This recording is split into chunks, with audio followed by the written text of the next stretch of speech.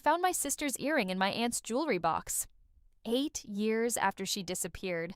8 years of search parties, of candlelight vigils, of my mother crying herself to sleep. And the answer was sitting in a velvet box in my own family's house the entire time. If you're new here on 9K Extra 2.0, make sure you subscribe because you'll find more unforgettable stories like this on this channel. This story was sent to me by one of my viewers. I'm simply sharing it with you in my own words. My name is Rachel Turner, and I'm going to tell you what happened to my sister Emily and what I discovered when I finally stopped grieving and started asking questions. I need you to sit with me through this whole story because it doesn't just have one betrayal, it has 3.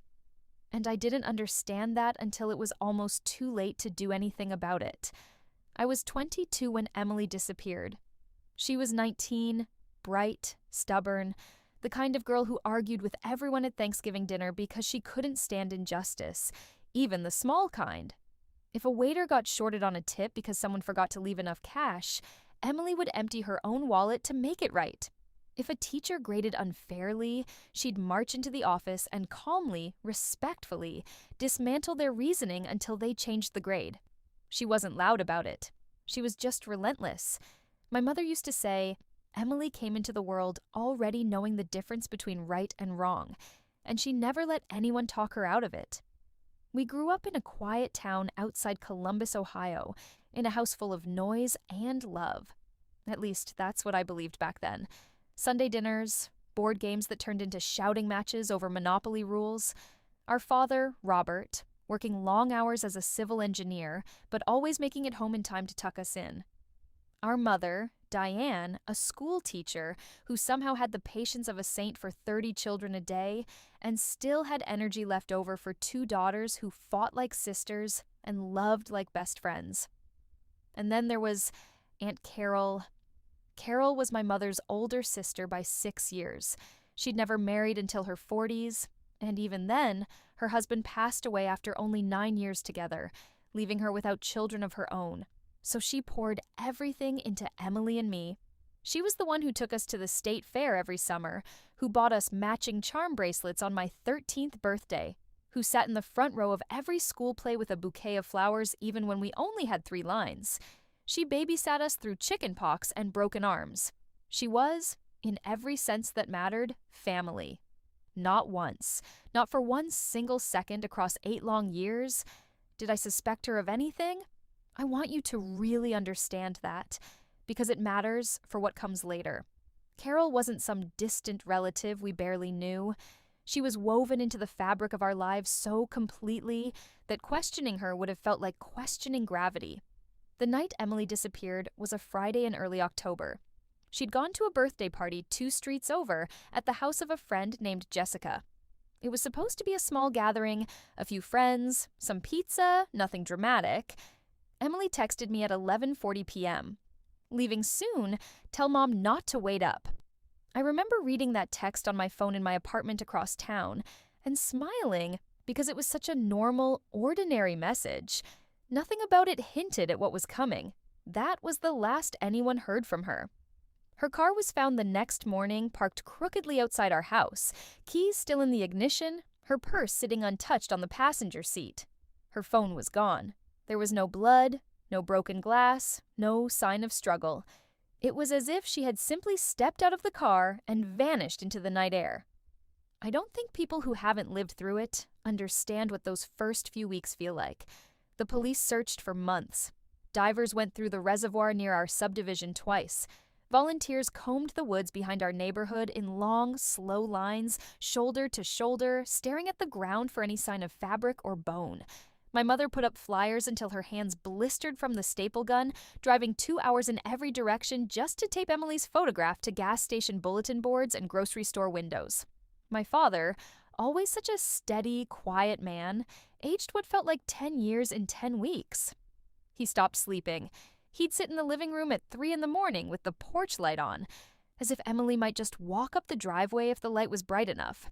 And through all of it, there was Carol, standing beside my mother at every vigil, holding her hand at every police briefing, whispering, "We'll find her, honey. I promise we'll find her." in a voice so full of grief that I would have sworn on my own life it was genuine. She organized search parties. She paid for printing thousands of flyers out of her own pocket. She sat with my mother through sleepless nights, brewing tea, saying prayers, being the rock our family desperately needed while it was breaking apart in every direction. I remember thinking more than once that I didn't know what we would have done without her. The case went cold within the first year. Detectives stopped returning our calls with the same urgency. The file got buried under newer cases, newer tragedies, newer families whose grief was fresher and louder than ours. That's the cruel mathematics of a missing persons case.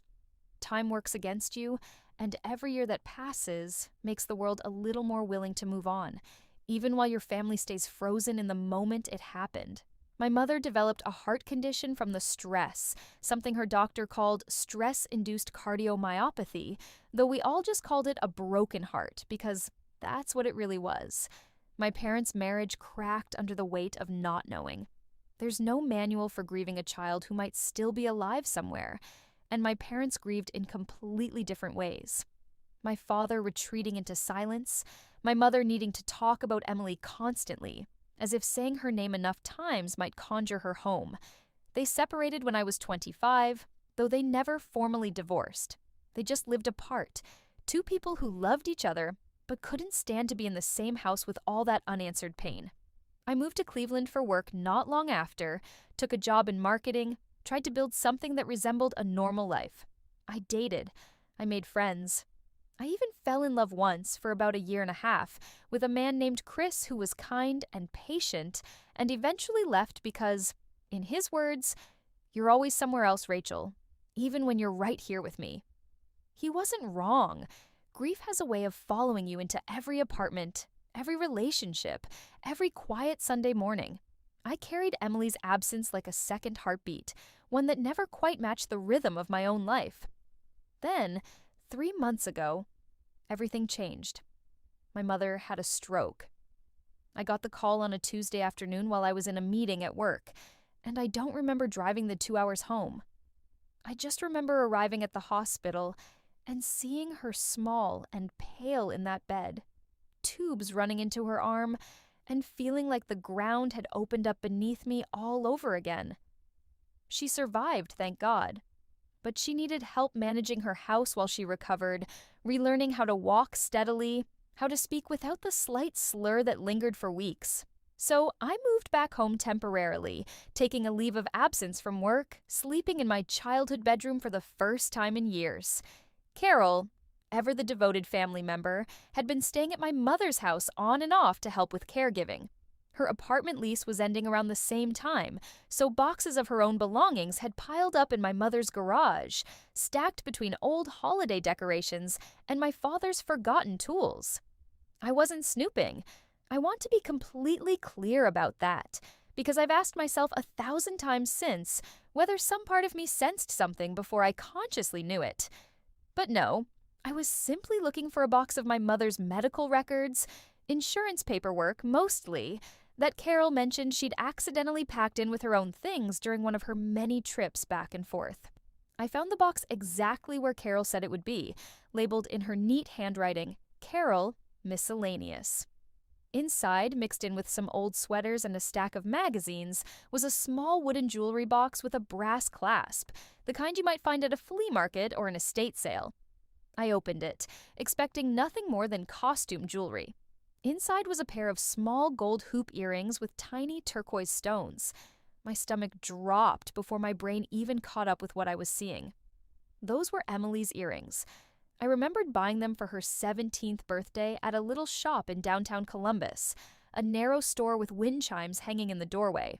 I remembered the exact moment she opened the box in our kitchen, remembered her squealing and hugging me so tight I nearly lost my balance, remembered her wearing them almost every single day after that. According to the original police report, she had been wearing them the night she disappeared.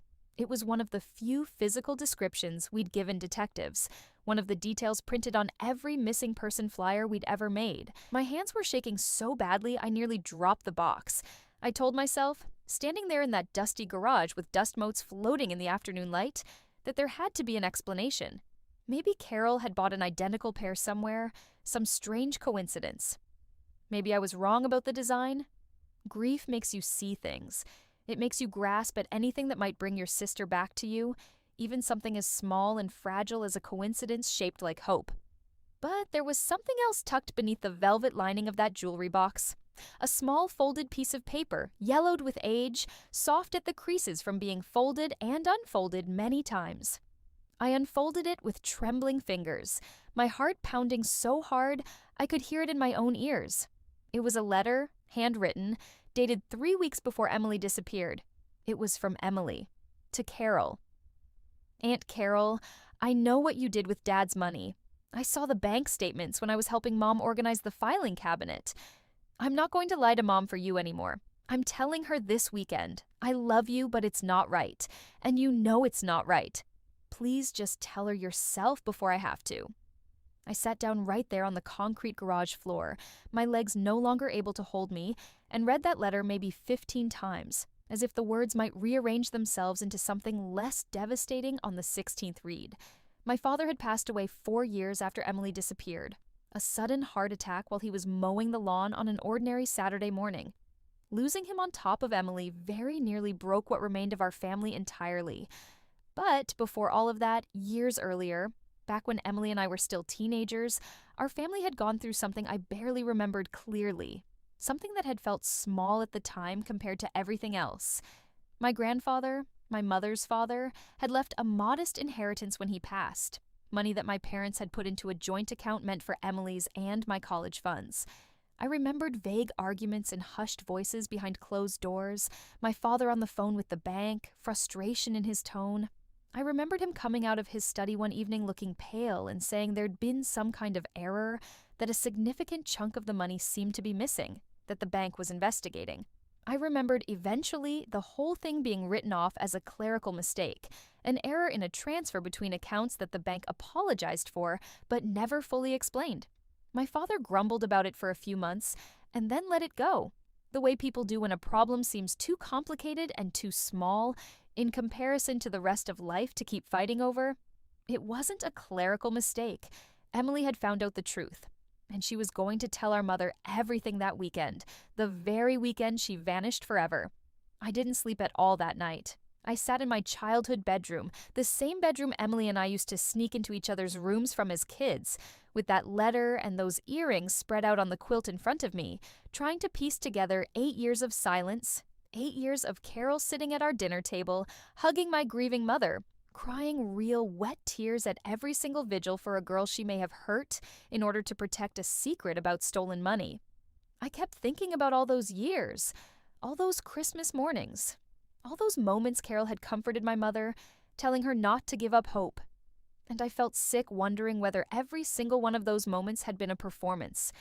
I couldn't go to the police with just a letter and a pair of earrings. I knew that much. Detectives had already treated our family's grief with a kind of practiced sympathy that eventually curdled into indifference once the leads dried up years earlier. I needed to be smart about this. I needed proof strong enough to reopen a case that had been closed in every way except officially. And if I was wrong about any part of it, I needed to know that too. Because accusing the woman who had been like a second mother to me, the woman who held my hand at Emily's own vigils, was not something I could do carelessly. A co-worker of mine back in Cleveland had once mentioned her uncle worked as a private investigator, specializing in cold cases, and I remembered his name from a conversation I'd barely paid attention to at the time. Marcus Webb, a retired detective in his early 60s, gray-haired, calm in a way that made me feel like the ground beneath me was slightly more solid whenever he spoke. I called him from the parking lot of a coffee shop, my voice shaking, and told him everything. He listened without interrupting once, and when I finished, he was quiet for a long moment before he spoke. "The earrings alone won't do much," he told me when we met in person 2 days later. "Unless we can trace them forensically, and after 8 years, that's going to be difficult, maybe impossible." But the letter is interesting, Rachel.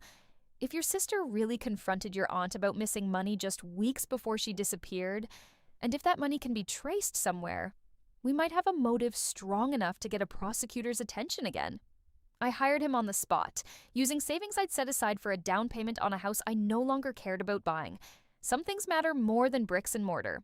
Over the next 6 weeks, Marcus dug through old financial records with a patience that both amazed and terrified me. He subpoenaed bank statements with the help of a lawyer friend who owed him a favor from an old case, tracing a paper trail that stretched back nearly a decade. What we found made my blood run cold. Carol had, in fact, drained nearly $40,000 from the account my grandfather had set up for Emily and me, funneling it through a series of transfers into a business account for a small boutique she'd opened 2 years before Emily vanished. The boutique, a little clothing shop downtown that I vaguely remembered visiting once or twice, admiring how proud Carol seemed of it, had quietly failed within a year, closing its doors and leaving barely a paper trail behind it. My father, trusting his sister-in-law completely, had never once suspected her. He'd blamed the bank. He'd blamed himself for not watching the accounts more closely.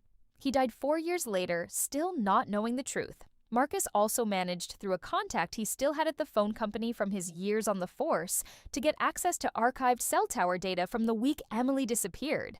Data that had never been fully analyzed in the original investigation because detectives had focused almost entirely on the party Emily attended and the boyfriend she'd been dating at the time, a young man named Dylan Foster. Dylan had spent years having his life quietly torn apart by suspicion he never deserved, whispered about at grocery stores, avoided by people who used to be his friends, all because he happened to be the last person confirmed to have spoken with Emily in person before she left the party. The tower data showed something the original detectives had entirely missed. Emily's phone, before it went dark for good sometime after midnight, had pinged off a cell tower near Carol's old apartment complex at 12:15 a.m., roughly 20 minutes after Emily left the party, and in the opposite direction from our house. Nobody had ever cross-referenced that data against Carol's residence, because nobody had ever had a reason to suspect her. I brought everything to Detective Sarah Kim, a young investigator with the Columbus Police Department, who had inherited the cold case file 2 years earlier after the original detective retired. She'd always told my mother, in the handful of check-in calls she made out of genuine conscience rather than obligation, that something about the case had never sat right with her. When I laid the letter, the earrings, the financial records, and the cell tower data on her desk, watching her expression shift from polite patience to focused intensity, she went very quiet for a long moment. "I need to bring in a forensic accountant and get a warrant," she finally said, flipping through the documents a second time. "But Ms. Turner, if what you're telling me is accurate, this changes everything about this case." I remember driving home that evening and sitting in my car outside my mother's house for almost an hour before I could bring myself to go inside because I still hadn't told her any of this. I couldn't. Not yet. Not until I knew for certain. The investigation moved fast after that. Faster than I expected. Faster than 8 years of silence had prepared me for. Detective Kim obtained a warrant to search Carol's current apartment and a storage unit she rented across town, one none of us had ever known existed. What they found there destroyed the last shred of doubt I had been quietly, desperately holding on to. In a locked filing cabinet in her apartment, investigators discovered a handwritten note in Carol's own handwriting, undated, that appeared to be a rough outline of financial transfers she'd made over the years. Essentially, a private confession she'd written to herself at some point, perhaps to keep her own lies straight after so many years of maintaining them. And in the storage unit, wrapped carefully in an old towel at the bottom of a plastic storage bin, alongside old photographs and holiday decorations, investigators found a small silver locket that had belonged to Emily. It had also gone missing the night she disappeared. Our mother had described that locket in agonizing, precise detail to police 8 years earlier, right down to the tiny engraved initials on the back. A gift from our grandmother that Emily never took off. Carol was brought in for questioning on a Tuesday morning in late June. I sat in the parking lot of the police station for 3 hours that day, unable to go inside, unable to leave, watching the building like it might somehow give me answers through its concrete walls. When Detective Kim finally called me that evening, her voice was heavy in a way I hadn't heard from her before. She confessed, Rachel. Not to everything, not right away, but once we showed her the note in her own handwriting and the locket, she broke down. According to Carol's confession, Emily had shown up at her apartment the night she disappeared, furious, demanding that Carol tell my parents the truth about the missing money before Emily did it herself. The argument escalated quickly. Voices rising, years of resentment and fear pouring out all at once. Carol claimed it was an accident, that during the confrontation, she pushed Emily away, that Emily stumbled backward and hit her head on the corner of a marble countertop in her kitchen, that she panicked in the chaos of the moment and didn't know what to do. She'd been drinking that night, she said, and made the worst decision of her life in a state of blind, selfish terror. Instead of calling for help, instead of calling an ambulance or the police, Carol spent the following hours making a decision that would define the rest of her life and shatter ours completely. She buried my sister's body in a wooded area nearly 90 minutes from Columbus, on land that belonged to a distant cousin of her late husband, land that had never been searched during the original investigation because nobody had any reason to look there. She kept the earrings and the locket, she told detectives, because she couldn't let go of her completely. 8 years. She had looked me in the eyes, looked my devastated mother in the eyes, held her hand through years of hospital visits and heartbreak, and never once told the truth. She'd comforted us at every anniversary of Emily's disappearance, organized memorial dinners, cried tears I once believed were real. I want to tell you that the courtroom scene was the most satisfying moment of my life, and in some ways, it truly was. Carol was charged with involuntary manslaughter, evidence tampering, abuse of a corpse, and grand theft for the stolen inheritance money. Because of her confession and the overwhelming physical evidence Marcus and Detective Kim had assembled, the case never even needed to go to a lengthy, drawn-out trial.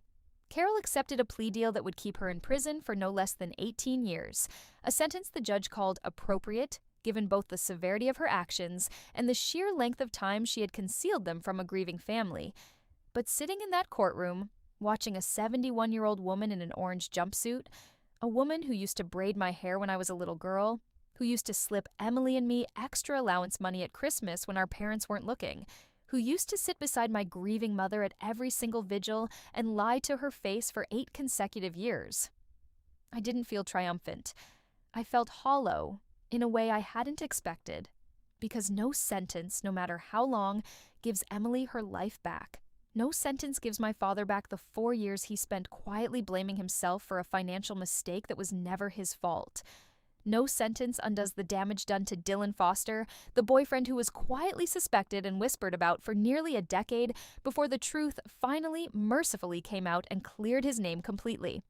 Dylan actually reached out to me after the news broke, and we talked on the phone for almost 2 hours. He cried. I cried. We both apologized to each other for things that were never really our fault to begin with, and I think that conversation gave both of us a small, necessary piece of closure that the courtroom alone never could have provided. My mother, when she was finally strong enough, physically and emotionally, asked to see the earrings. I brought them to her at home, sitting beside her on the same couch where we used to watch movies as a family, and she held them in her palm and cried the way I imagine only a mother can cry. Grief and closure tangled together in a way that doesn't look like relief exactly, but is relief all the same, buried somewhere deep beneath the sorrow. I always wondered, she told me quietly, turning the earrings over in her fingers, if she was cold somewhere, if she was scared. I used to lie awake wondering if she called out for me. She looked up at me then, her eyes red and exhausted, but somehow steadier than I'd seen them in years. At least now I know. At least now I can stop wondering and start grieving properly. We buried Emily properly last month, in a small ceremony beneath an old oak tree in the cemetery just outside town, the same cemetery where my father was laid to rest years earlier. My mother read a letter she'd written to Emily the night before, her voice breaking only twice. I read the letter Emily had written to Carol all those years ago, the one that started all of this. The one that proved my sister's courage, even in what turned out to be her final days. Because Emily wasn't killed for being weak or naive.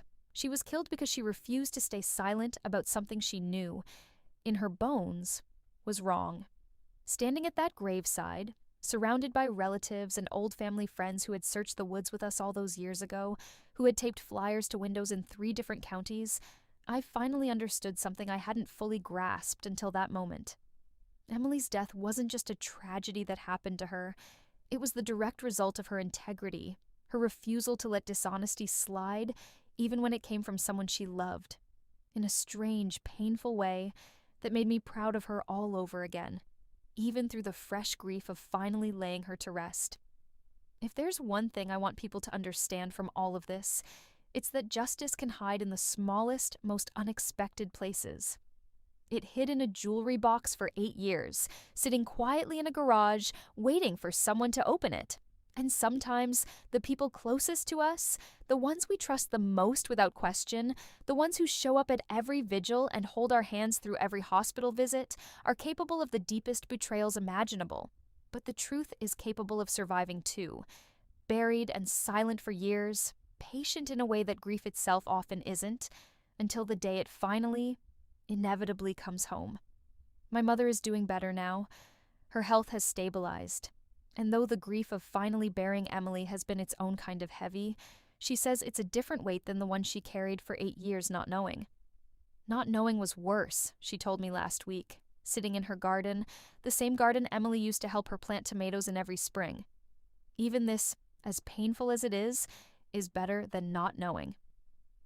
Dylan Foster and I still talk occasionally. He's married now, has a little boy, and he told me that finding out the truth allowed him to finally stop feeling like a suspect in his own life story.